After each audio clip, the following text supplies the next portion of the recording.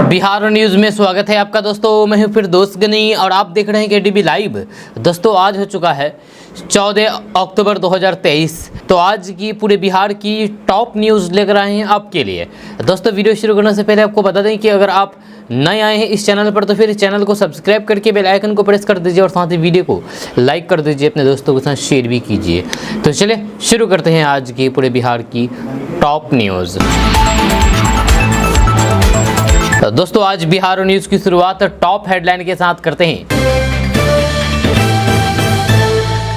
तो बात करते हैं कि बिहार सरकार का बड़ा कदम, कचरा चुनने वाले बच्चों का होगा सर्वे। अब सभी जाएंगे स्कूल, उम्र 6 से लेकर के 8 तक तो सीधे होगा नामांकन। खाली होगी कब्जे की जमीन, सरकार सख्त नहीं छोड़ी, भूमि तो भरनी होगी मोटी रकम। 4 लाख नियोजित शिक्षकों की बल्ले बल्ले, ये परीक्षा देकर के बन जाएंगे राज्यकर्मी, सैलरी भी बढ़ेगी। दरभंगा एम्स पर केंद्र राज्य के बीच जल्द खत्म होगा गतिरोध, नीतीश के मंत्री ने लगाई ये गुहार। भारत में घुसपैठ करके चीनी नागरिक धराया, नेपाल बॉर्डर पर एसएसबी ने किया गिरफ्तार, फर्जी भारतीय पासपोर्ट बरामद। डॉक्टरों ने कर दिखाया है चमत्कार, सुअर की किडनी पाने वाला बंदर 2 साल बाद भी है जीवित, अब लोगों की बचाई जा सकेगी जान। मोतियाबिंद क्या होता है, जाने मोतियाबिंद के लक्षण, कारण और इलाज के बारे में आगे आपको बताएंगे इसके बारे में विस्तार से। तेज प्रताप यादव पत्नी के साथ हिंसा के दोषी, कोर्ट का बड़ा आदेश। नीतीश कैबिनेट की बैठक खत्म, 8 एजेंडों पर लगी मुहर, 3 दिन पहले भी हुई थी मीटिंग। मौका मिलेगा या नहीं, प्राथमिक स्कूलों में बीएड डिग्रीधारियों को मौका दिए जाने पर सुप्रीम कोर्ट में सुनवाई आज। कितनी होगी बिहार शिक्षक की महीने की सैलरी, कब तक जारी होगा रिजल्ट, जाने क्या है ऑफिशियली नोटिस। बिहार में भारत का पहला लैब जहां बन रहा है मीठा बांस, एक बार में 2 लाख पौधे तैयार, किसान चमका सकते हैं किस्मत। भ्रष्टाचार के खिलाफ ईओयू की कड़ी कार्रवाई, बिहार राज्य खाद्य निगम के सहायक प्रबंधक के ठिकानों पर रेड। 10 बजे रात में के पाठक पहुंच गए टीचर्स ट्रेनिंग सेंटर, आवश्यकताओं पर भर के फिर खिंचवाई सेल्फी। किसानों को दी जाएगी जानकारी, नीतीश तेजस्वी ने कृषि विभाग के रबी महाअभियान प्रचारक रथ को दिखाई हरी झंडी। बिहार ने पंचायत के लिए जितना काम किया है उतना देश में कहीं नहीं हुआ है, सीएम नीतीश कुमार का बड़ा बयान। बिहार की राजनीति में होने जा रहा है बड़ा खेल, सुबह सुबह सीएम से मिलकर के लालू यादव से मिलने पहुंचे ललन सिंह।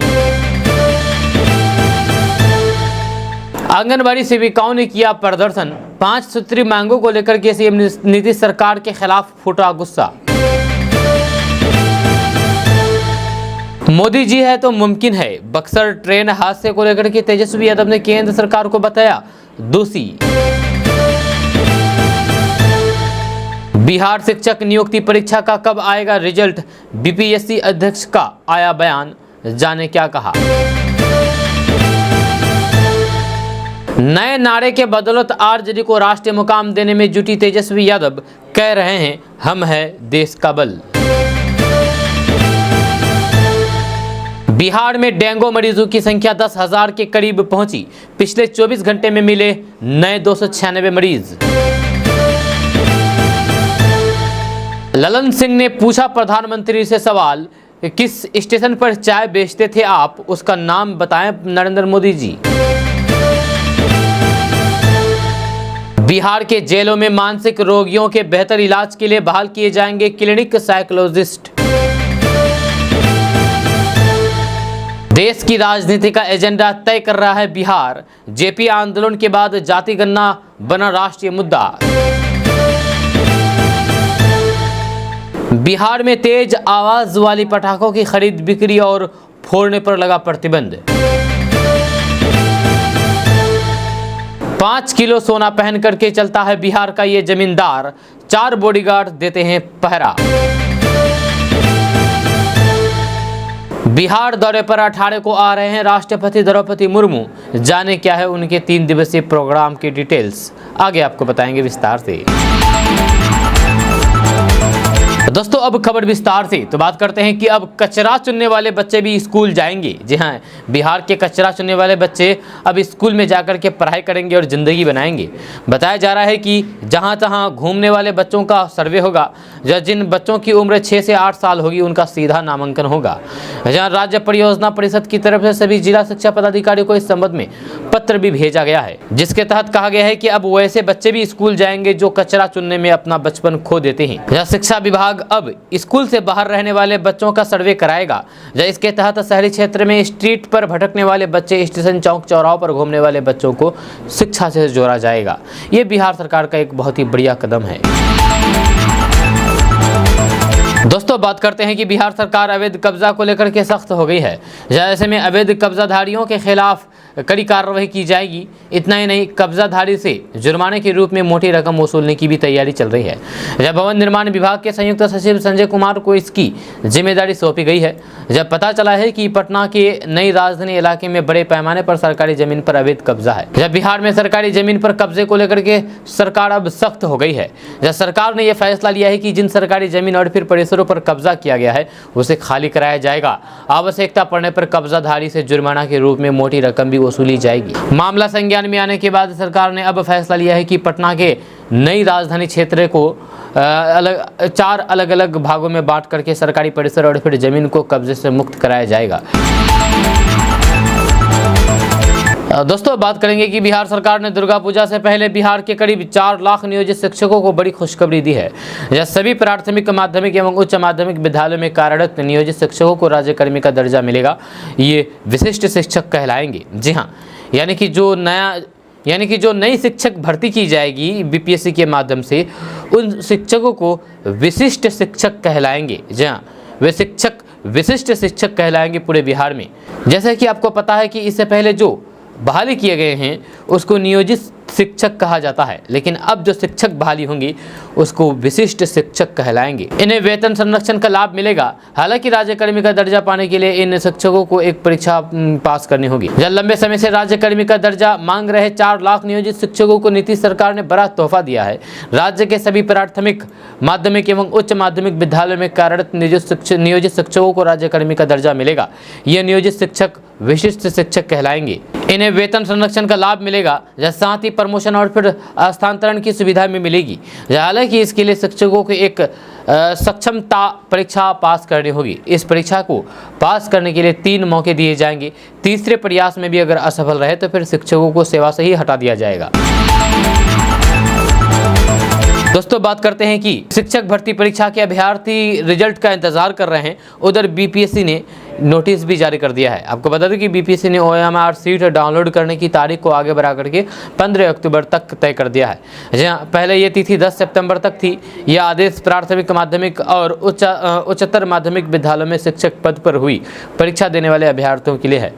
यह शिक्षक भर्ती परीक्षा के रिजल्ट का इंतजार कर रहे अभ्यर्थियों के लिए बिहार लोक सेवा आयोग ने एक नोटिस जारी किया है। इसमें ओएमआर सीट डाउनलोड करने की तिथि को बढ़ा दी है। आयोग ने ओएमआर सीट डाउनलोड करने की तिथि को बढ़ा करके 15 अक्टूबर तय कर दिया है। पहले ये तिथि 10 सितंबर तक थी।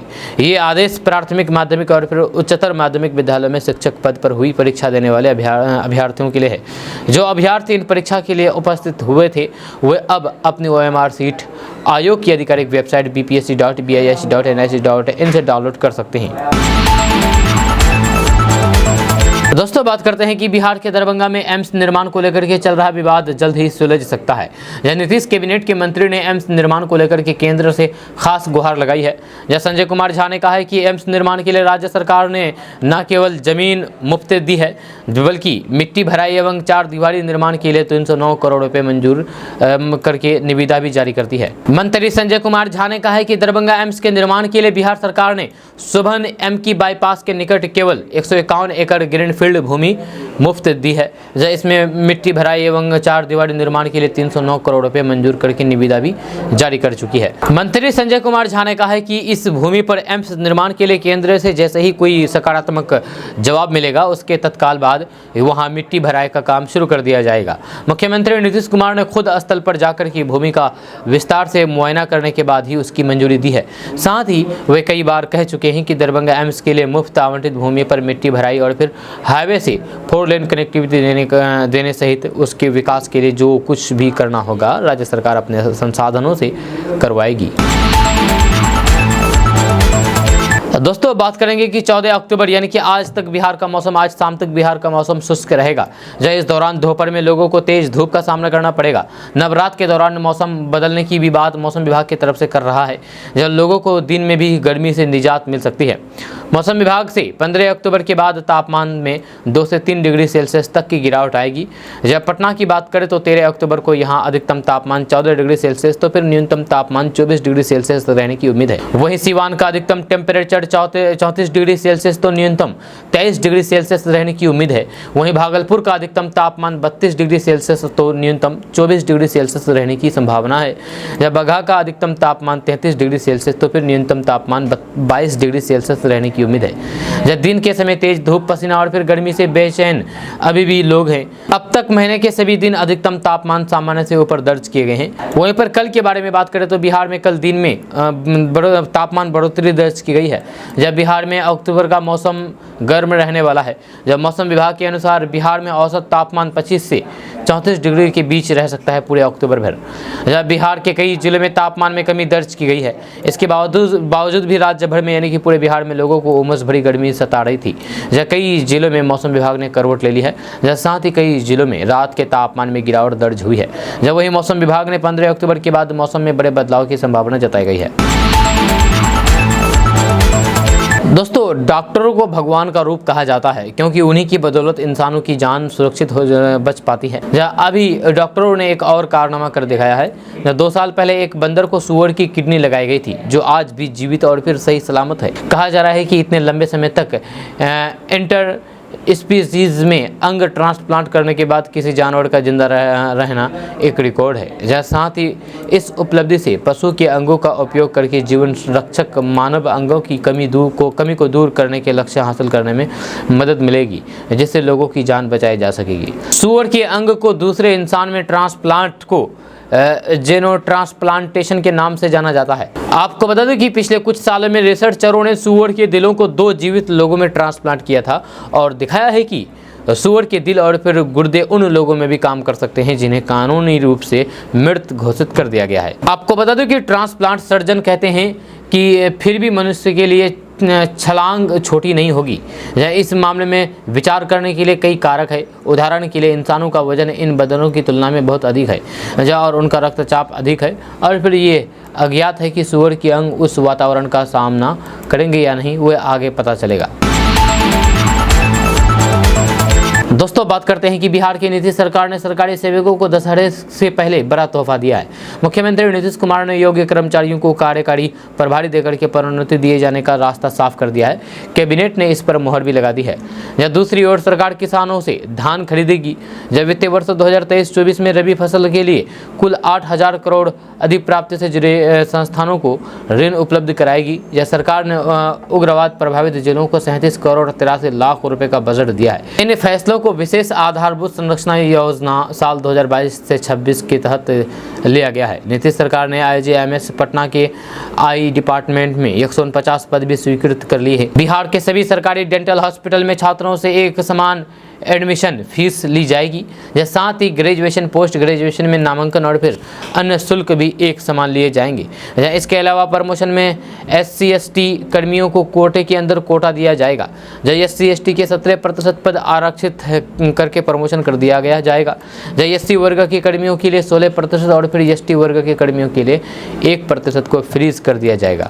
सरकार के इस फैसले से बिहार के करीब 5 लाख सरकारी सेवकों को फायदा होगा। जब पुलिस कर्मी और फिर शिक्षकों को भी इसका लाभ मिलेगा। हालांकि सुप्रीम कोर्ट में SC/ST और आरक्षण का मामला चल रहा है। सुप्रीम कोर्ट के फैसले के बाद सेवकों को सामान्य प्रमोशन दिया जाएगा।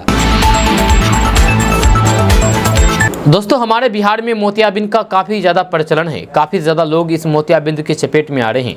जैसे कि आपको पता है कि मोतियाबिंद किसी को हो जाता है तो उसकी आंखों की रोशनी चली जाती है, जहाँ ये बहुत संभव होता है। आपको बता दें कि मोतियाबिंद आमतौर पर साफ सफ़ेद रंग का होता है। मोतियाबिंद से पीड़ित व्यक्ति को दुनिया वैसे ही दिखती है जैसे किसी खिड़की या फिर कांच पर धुंध जमने पर हमें उससे बाहर की चीज़ें दिखती है। जब मोतियाबिंद के कारण आँख में धुंधलापन आने की वजह से पढ़ना, रात में कार चलाना और फिर किसी के चेहरे के भाव को समझना भी मुश्किल हो जाता है। ज़्यादातर मामलों में मोतियाबिंद धीरे धीरे बढ़ता है और फिर शुरुआती दौर में आंखों की रोशनी पर ज़्यादा असर नहीं डालता है। हालांकि अंत में यह व्यक्ति की देखने की क्षमता पर असर डालता है। यह शुरुआत में तेज रोशनी और फिर चश्मा पहन करके मोतियाबिंद की वजह से धुंधली पड़ी नज़र में फ़ायदा हो सकता है, लेकिन अगर इसकी वजह से आपको दैनिक कार्यों में दिक्कत होने लगे तो फिर सर्जरी करवाना ही उपाय है। अच्छी बात यह है कि मोतियाबिंद की सर्जरी बहुत ही सुरक्षित और फिर असरदार होता है। अब आप सोच रहे होंगे कि आखिर मोतियाबिंद का लक्षण क्या हो सकता है, तो आपको बता दूं कि मोतियाबिंद का लक्षण धुंधला दिखना, रात को देखने में परेशानी होना, तेज रोशनी और फिर चकाचौंध के प्रति संवेदनशीलता होना, जब पढ़ने और फिर अन्य कार्यों के लिए तेज रोशनी की ज़रूरत महसूस होना, रोशनी के चारों ओर प्रभामंडल दिखना, चश्मे या फिर कॉन्टैक्ट लेंस का नंबर में बार बार बदलाव होना, आंखों का रंग फीका या फिर पीला पड़ना, एक आंख में दोहरी दृष्टि होना, ये सारे लक्षण हैं। आपको बता दें कि शुरुआत में आपकी नज़र में धुंधलेपन की वजह से आपको कम परेशानी हो सकती है और फिर ये आंख के छोटे से हिस्से में मौजूद हो सकता है। अब बात करते हैं कि आखिर मोतियाबिंद क्यों होता है। तो बात करते हैं कि ज़्यादातर मोतियाबिंद तब विकसित होते हैं जब उम्र बढ़ने की वजह से या फिर चोट के कारण आंख की लेंस को बनाने वाले ऊतकों में परिवर्तन आता है, जहाँ लेंस में मौजूद प्रोटीन और फिर फाइबर टूटने लगते हैं और ऐसे होने पर नज़र धुंधली हो जाती है। आम तौर पर मोतियाबिंद दोनों आंखों में होता है, लेकिन ये दोनों आंखों को बराबर प्रभावित करे ये ज़रूरी नहीं है। कुछ लोगों में माता पिता से जीन के रूप में उन्हें कुछ विकसित मिलते हैं, या इस जेनेटिक समस्याओं के कारण उनमें मोतियाबिंद का खतरा बढ़ सकता है। यही नहीं, आँख से संबंधित दूसरी समस्याओं की वजह से भी मोतियाबिंद हो सकता है। अब बात करते हैं कि आखिर मोतियाबिंद का इलाज क्या है, सफल इलाज क्या है। तो आपको बता दूं कि मोतियाबिंद का कोई भी सफल इलाज नहीं है, कोई भी इलाज मौजूद नहीं है। इसका एकमात्र इलाज ऑपरेशन यानी कि सर्जरी ही है। या सर्जरी करके मोतियाबिंद को निकाल करके मरीज का लेंस बदल दिया जाता है। अब प्रश्न ये है कि यानी कि सवाल ये है कि आपको मोतियाबिंद के ऑपरेशन के लिए कब विचार करना चाहिए। तो ज़्यादातर डॉक्टर मोतियाबिंद की शुरुआत में ही इसकी सर्जरी कराने की सलाह देते हैं ताकि व्यक्ति की क्वालिटी ऑफ लाइफ पर कोई भी असर ना पड़े। दोस्तों बात करते हैं कि पटना की फैमिली कोर्ट ने आरजेडी प्रमुख लालू प्रसाद यादव के बड़े बेटे तेज प्रताप यादव को अपनी पत्नी ऐश्वर्या के साथ घरेलू हिंसा करने का दोषी माना है। जब कोर्ट ने तेज प्रताप यादव को आदेश दिया है कि 1 महीने के भीतर ऐश्वर्या को राबड़ी देवी के घर की तरह ही रहने की सुविधा उपलब्ध कराया जाए। जब कोर्ट ने सख्त हिदायत दी है कि ऐश्वर्या के साथ अब कोई भी घरेलू हिंसा नहीं होनी चाहिए। अगर आगे कोई भी शिकायत मिली तो फिर कड़ी कार्रवाई होगी। आपको बता दूं कि तेज प्रताप यादव के साथ बिहार के पूर्व मुख्यमंत्री दारोगा प्रसाद राय की पोती, बिहार सरकार के पूर्व मंत्री चंद्रिका राय की बेटी ऐश्वर्या की शादी हुई थी।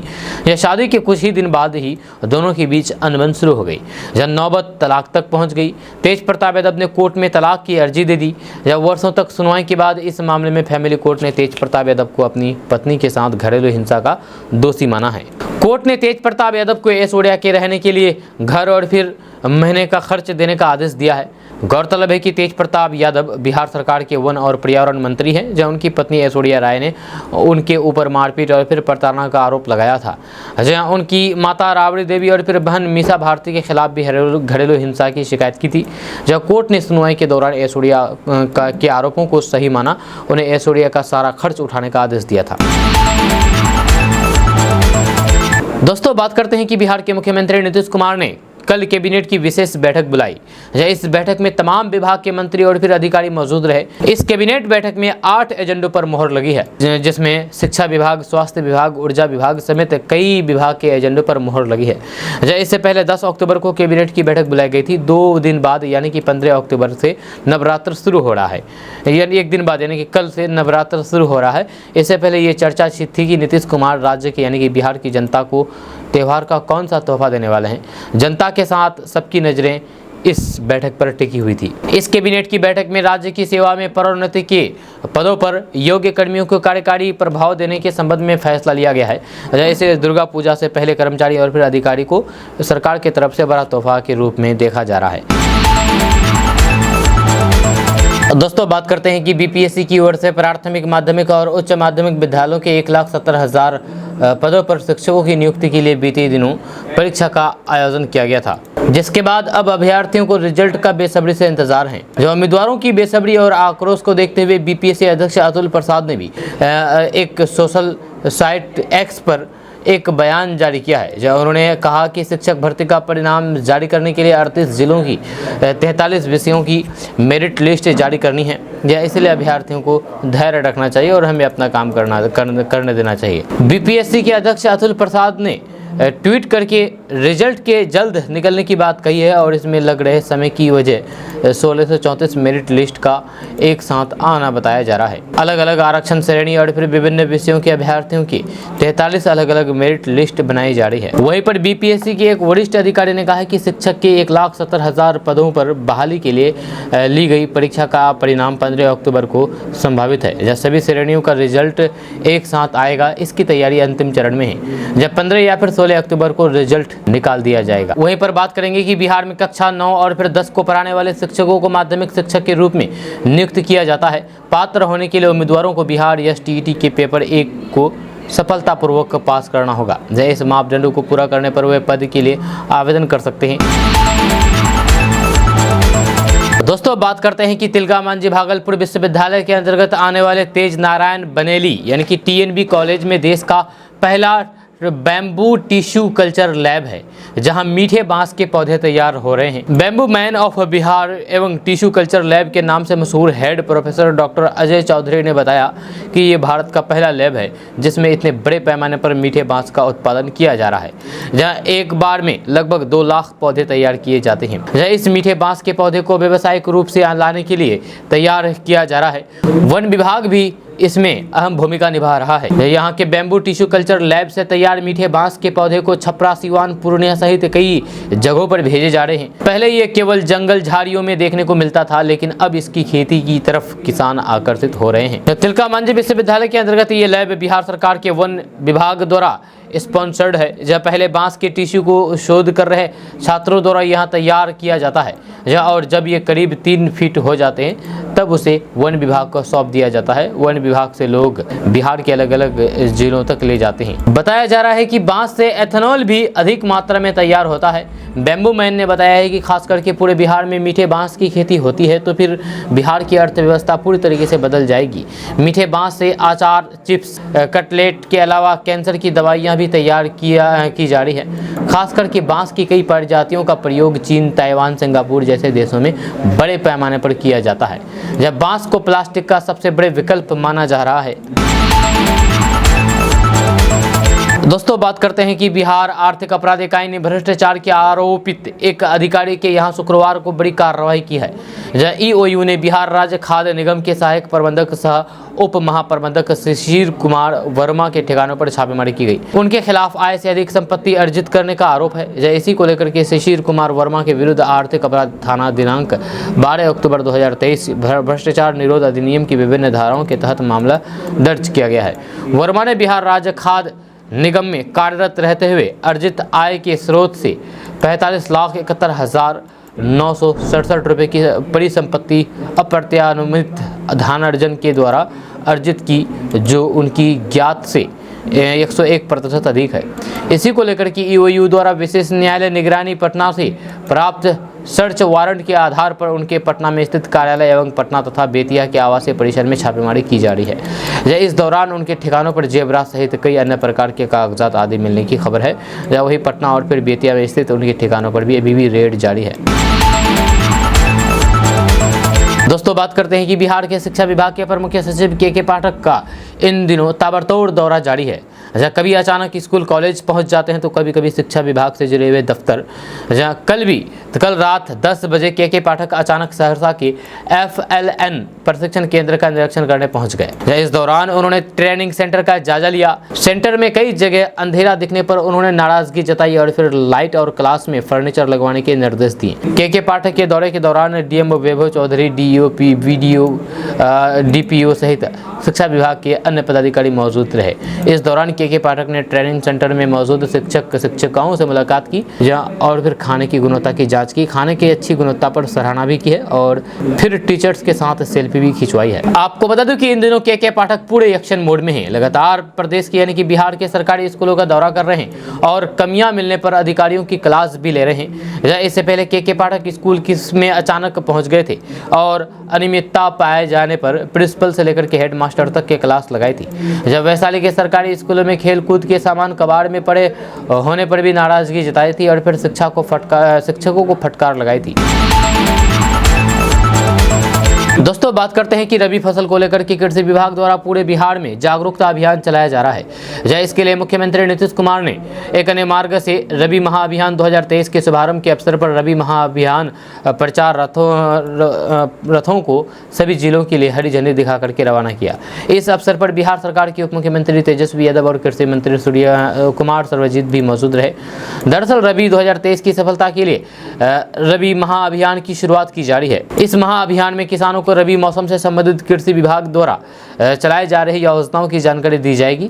साथ ही फसल अवशेष प्रबंधक एवं खेतों में फसल अवशेष को जलाने से मिट्टी एवं पर्यावरण को होने वाले नुकसान के प्रति लोगों को जागरूक किया जाएगा।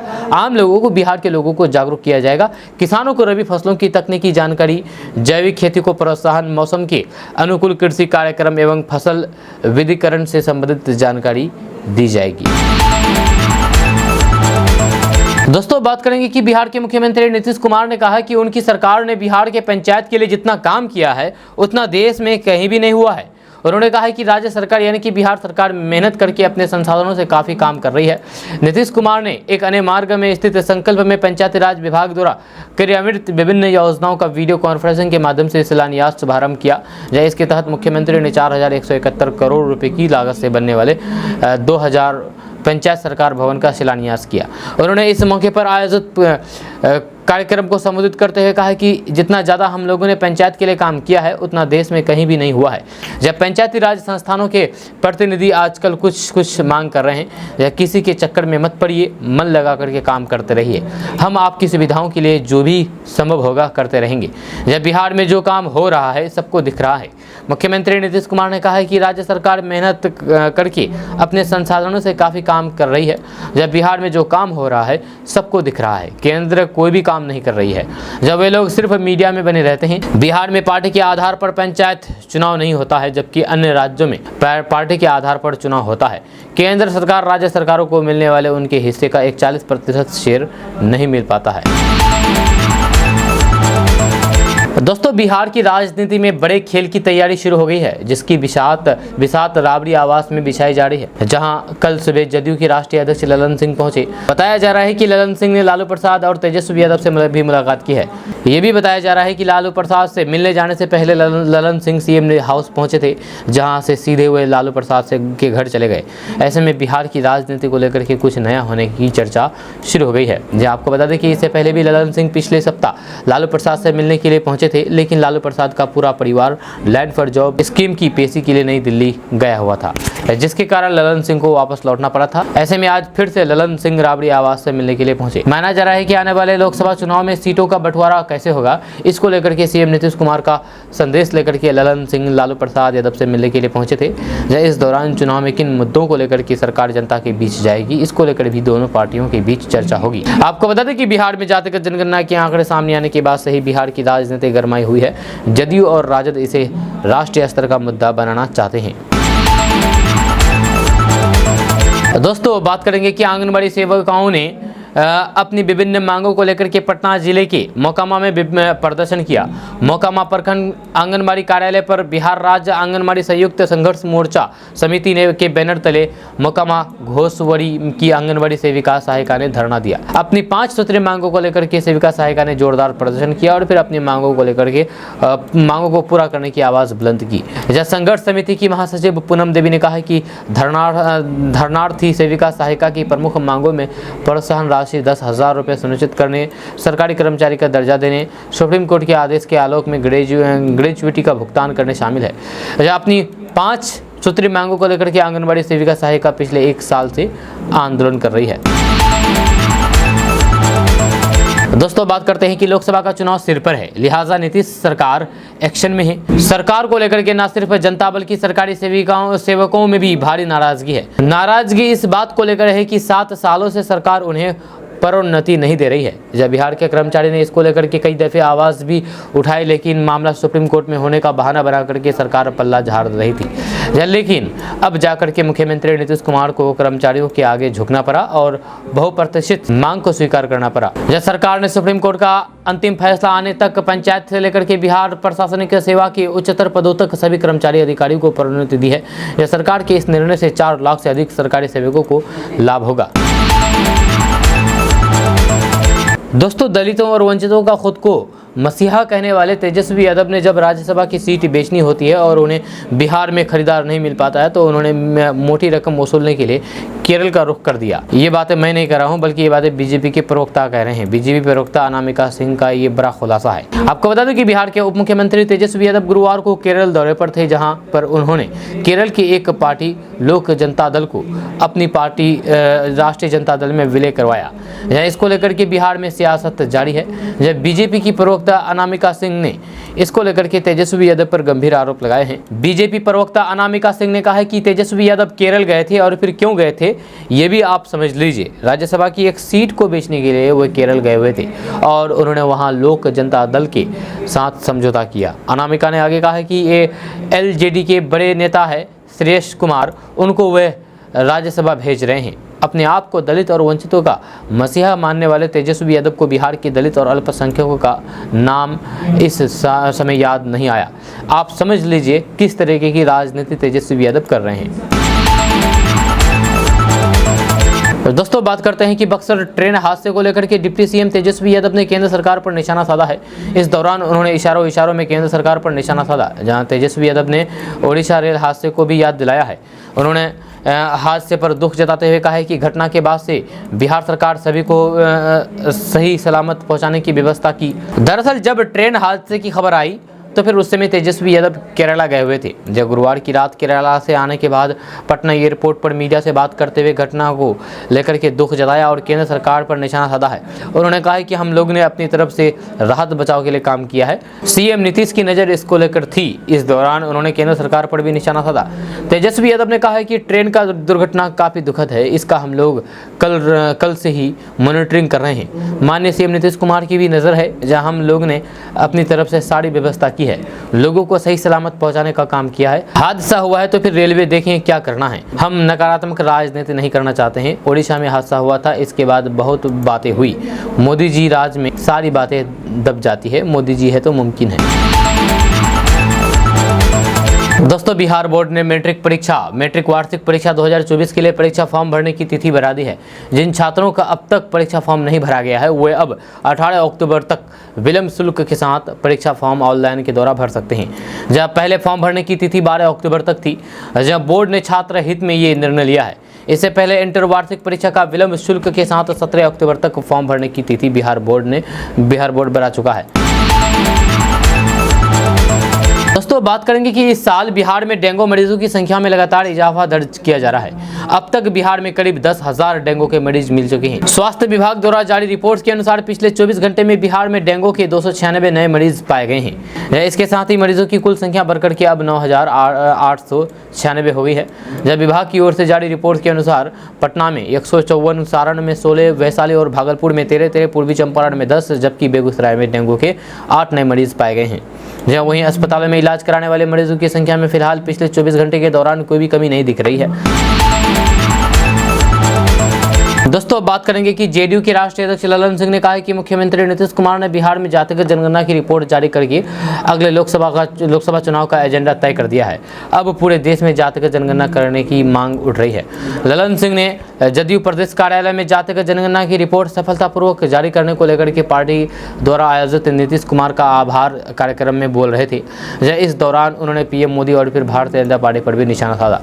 ललन सिंह ने भाजपा पर जम करके हमला बोला। उन्होंने कहा कि नीतीश कुमार ने भाजपा को अपने कंधे पर बैठ करके बिहार में पहचान दिलाई, लेकिन उन्हें ये पता नहीं है कि नीतीश कुमार ही भाजपा को 2024 में समाप्त करेंगे। ललन सिंह ने प्रधानमंत्री नरेंद्र मोदी पर भी निशाना साधा और मांग की है कि वे बताएं कि वे किस स्टेशन पर चाय बेचते थे। उन्होंने दावा किया है कि प्रधानमंत्री घबराहट में हैं। आजकल उनके द्वारा दिए गए भाषण से इसका साफ पता चलता है। दरअसल पीएम उम्मीदवार के रूप में नरेंद्र मोदी एंट्री चाय वाले के रूप में हुई। बीजेपी ने इसे राजनीतिक रूप से कैश किया। जहाँ चाय पर चर्चा जैसे कार्यक्रम चलाए गए, जहाँ अपनी राजनीतिक रैलियों या फिर सभाओं से लेकर के विदेश यात्रा तक नरेंद्र मोदी ने खुद को चाय वाले का बेटा बता करके नाम और फिर वोट दोनों कमाया।